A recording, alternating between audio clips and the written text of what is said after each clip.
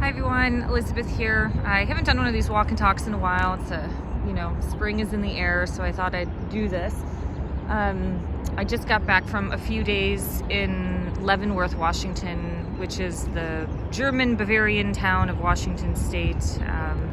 It's been a German town since the 1960s. It was more of like a Wild West town. I heard once before that Germans went to that area and it reminded them of their homeland in Bavaria and created it into a German town. And then I've also read that it was created by two Seattle businessmen to bring more tourist dollars and attractions. So anyways, regardless of the history of it, it is a beautiful town. I wanted to do this video when I was in Leavenworth, but I tend to separate work from personal life, and it's also a little bit hard when on a family trip because most of those people have no clue that I have a YouTube channel, and my opinion drastically differs from them, although I consider myself more of a classical liberal that is more independent in nature, and in these days just support things that are in alignment of the greater the greater good. Those are two funny words. The greater good for human consciousness, for nature, for natural law, for spirituality, the greater good of our human design, that is what I support. So I wanted to do this video. It's more for me just to process my thoughts and just let it out so I can move on, instead of stewing in anger or frustration. But I've been seeing this happen for a long period of time, and it seems like a lot of our natural world and national park areas, these beautiful pristine areas, start to become, I don't know, like corporate junkie places or just emotional high tourist destination cities or towns that are completely disconnected to the point and purpose of what a lot of nature and things can do for us. So in one way, humans have always used nature for some sport. You know, if you think about cross-country skiing, downhill skiing, I guess, well, you could just say even running outside, biking. You know, we have used nature for sport, but it seems like what is happening today is that we are drastically just using nature for amusement, for quick emotional highs. And I did a video, I think it was in 2018 or 2019 at this point, that talked about how we are just becoming emotional high addicts. And if you look up pictures of Leavenworth, Washington, you see that it's beautiful. It is beautiful. The architecture is beautiful. It is also a true, what am I trying to say? It is also a testament that we have the ability to recreate these beautiful forms of architecture. I do believe that in Leavenworth there is a zoning law that if you create anything new, it has to follow that Bavarian style of architecture. So some of the new stuff does not compare to the things that were built 50 years ago per se. However, it was still using some beautiful designs to keep and maintain the aesthetic, which is a hell of a lot better than a lot of the prefabricated architecture crap that we have today. So getting to my point, they are building a small little amusement park in Leavenworth, Washington, which includes a roller coaster, and then it looks like there's a small community center that has like a rock climbing wall and those type of things. Like the rock climbing wall doesn't bother me, just because people go there for bouldering and outdoor climbing, so there's nothing wrong, I guess, with that. But the thing that I have a problem with is more of the roller coaster.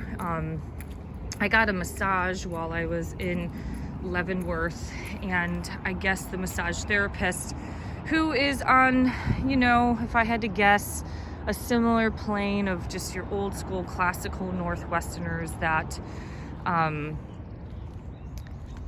basically were like, Seattle used to be chocked full of like energy healers and yoga instructors and people who actually cared about the environment. And then once Seattle started going down the tubes and having tech colonization, and a lot of those people moved out to places like Leavenworth and Bend, Oregon, and Bellingham, Washington, to find the community and that old school vibe that Seattle once had.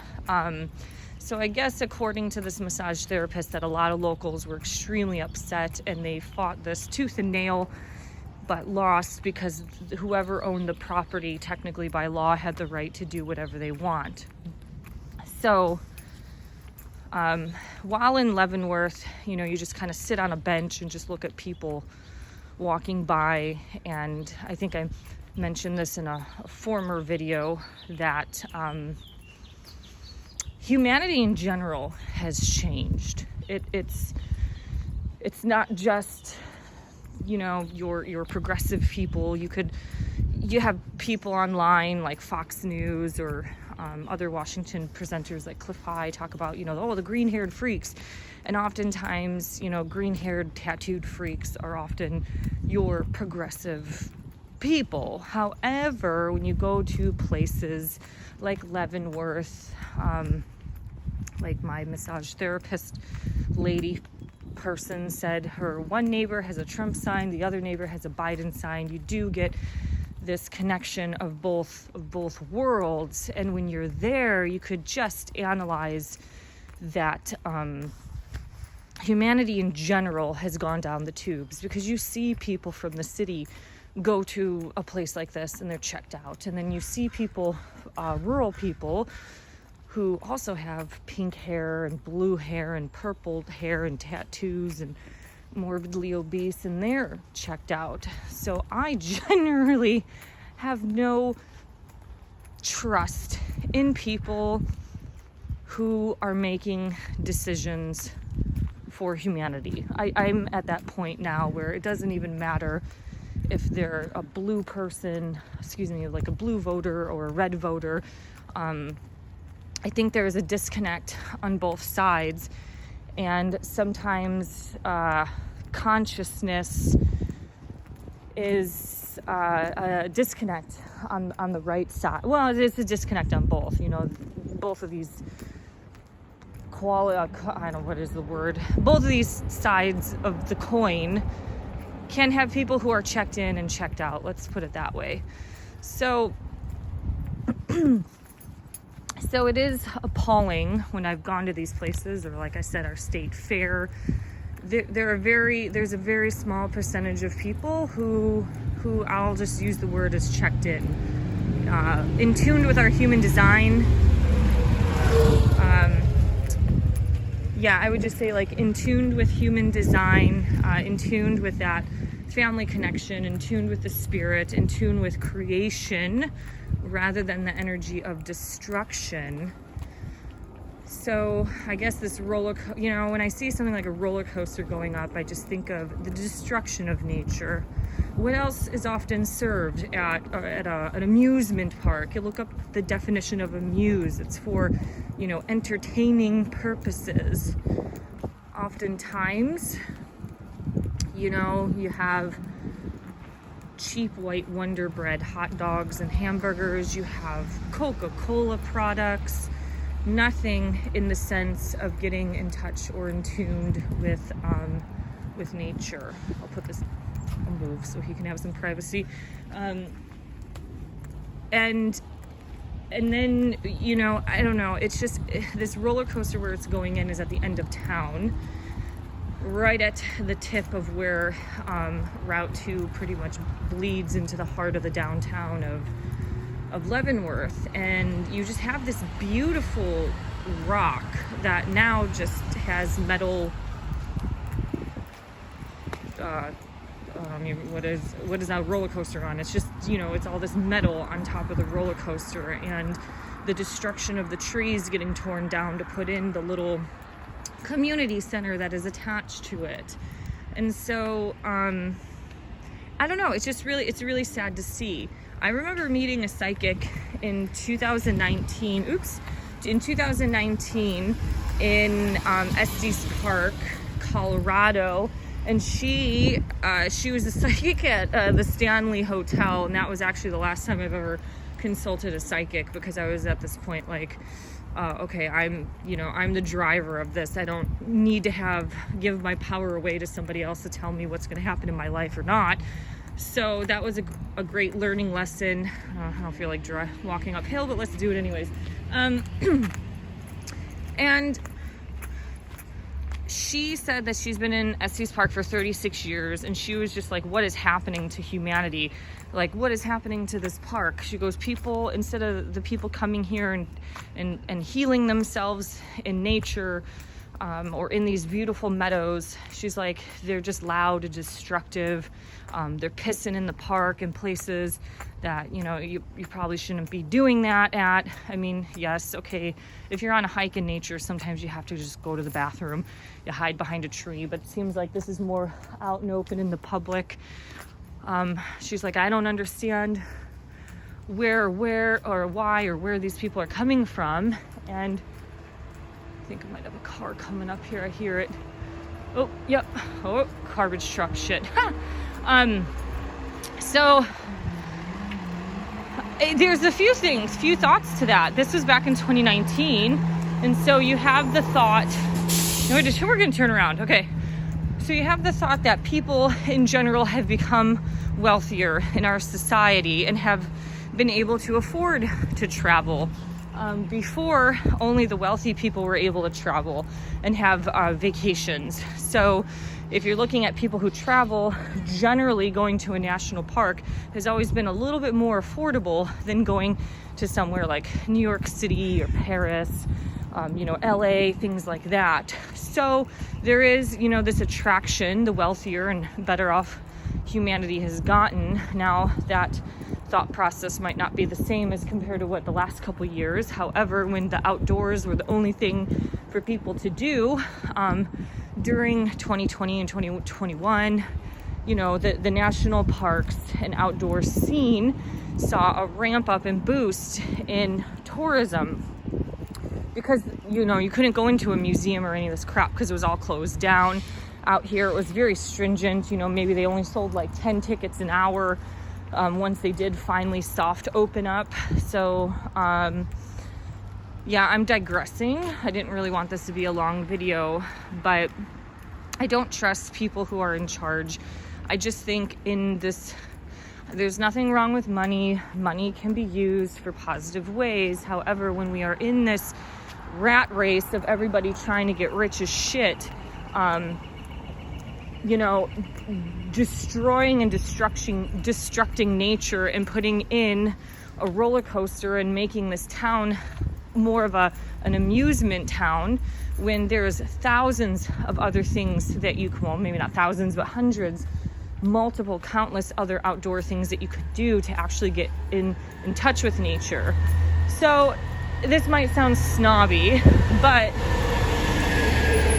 my point with all of this is that the further that we've gotten away from God and consciousness, you could go to miraculous places like Estes Park or Leavenworth, Washington, and have revolutionary life experiences. I had that in Estes Park. I was severely suffering from divorce. And then after that, I met somebody who was a complete psychopath. He was pretty much like the dark side of my ex-husband. Let's put it that way. Like, he was not a good quality human being. And whatever experiences I had out in the meadow with all these elks in Estes Park healed up any sort of open wound that was there and closed that chapter of my life, because I chose to not repeat my same life experiences. I felt like I met a very dark human being to challenge my self-worth. Like, if I think I'm worth more than this. So there was a lot of things happening there. And then after that door closed, 4 or 5 weeks later, I met the person that I married. So that door closed, another door opened. I sat in a meadow and cried my fucking eyes out while these elks were bugling, and it was my own personal transformative experience.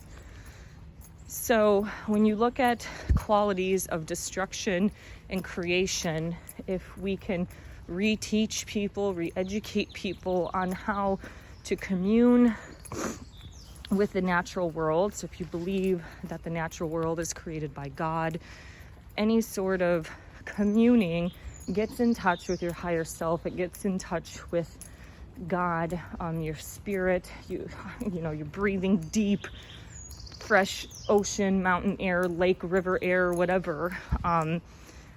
It's a cleansing. It's like a cleansing experience in itself.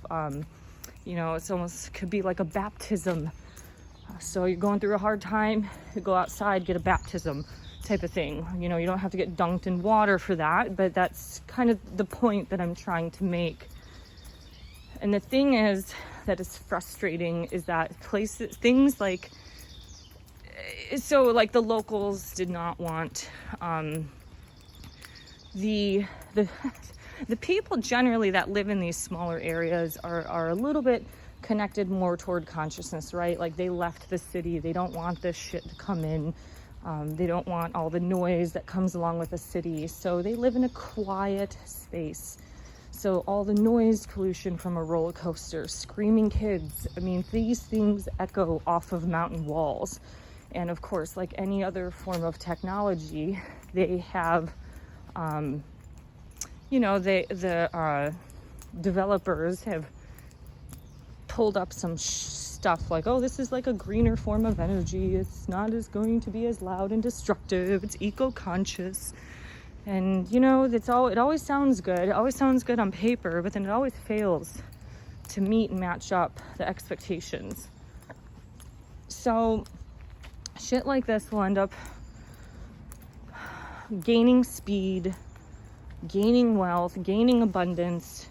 I think, if I remember correctly, the massage therapist said that they do not look to expand, like what they built is just it, but that just doesn't seem to always be the case with the business world. If anybody knows things about the business world, you grow or you die. So you either expand, you build a second location, you build more things. You know, it's always something like that.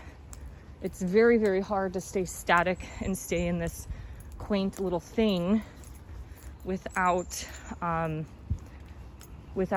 succeeding in a long-term basis. The American family will probably support this, especially because when you're in a place like Seattle that has been conquered by what I say the tech colonizers, you predominantly have people who are more materialistic in nature. A lot of times if they're atheistic in nature, they're not connected to God or to source, whatever word you want to use. When you are looking at tech video gamers, these people are addicts in their own way. Some might be able to just, you know, play a game for an hour and then walk away. But many of them who are adults who are addicted to video games, or video games are a part of their lifestyle. I mean, you have to understand these are adult, child, man-child mentalities. And there are plenty of women who are into video games, but generally it seems to be more men than women. So when you have a bunch of checked out people who are probably your main financial supporters of a tourist town, they're probably going to help this project succeed and flourish due to the fact that they will do anything for their kids. Like, kids want to have fun. Kids, you know, when I was younger, and I loved whales. Whales were my favorite animal. That was one of the reasons why I fell in love with Seattle, is because when I came here, when I was in grad school to visit back in 2009, you know, there was like a bank with a whale sign outside of it, and it had little lights around it, and it lit up blue at night. And I was like, I love whales, you know. It kind of was like the people here actually cared about the Puget Sound. They cared about whales. They cared about the preservation of the ocean. And then the tech colonizers came in. All the, you know, your conservative, well, I don't want to use that word. Conservation has the word conserve it. So you're trying to conserve something. Those people all left. And now we're left with unconscious, materialistic, Tesla driving, emotional high addict video gamers. So judging, yes, it's judgy, but sometimes you have to judge certain things and analyze certain things to see patterns and behaviors and see shifts and changes. And there is absolutely no doubt about it that places in the Pacific Northwest have drastically changed, especially once San Francisco became so expensive that tech companies started leaving San Francisco and moved up to Portland and Seattle to have a better quality of life because it was cheaper. A one bedroom at the time in 2016, this is in a Seattle Times headline, was like $4,500 a month for a one bedroom. So these tech people could come here in a brand new high-rise apartment building and get a one bedroom for like $2,500 a month, $3,000 a month, and they didn't have to pay 10% income tax, which I think now is 13% in California. Correct me if I'm wrong. So, they saved a lot of money by moving up here, but they destroyed certain things that we have. So, poor birds, the poor nature. A roller coaster makes noise. It doesn't matter how fucking green and eco-conscious it is. You have steel on steel, metal on metal rubbing against each other. Tell me a train track doesn't make noise. Even our green little cars, these Teslas and whatever green cars, it sounds like little angels singing when they put their car in reverse. So just continuously seeing beautiful natural spaces are being sold out to the consumer, material world, emotional high junkie realm, instead of connecting with nature and letting it be a guider, letting it be a place or a source of healing, a place of calm and restoration. They're just making it another dopamine hit type of, another adventure place.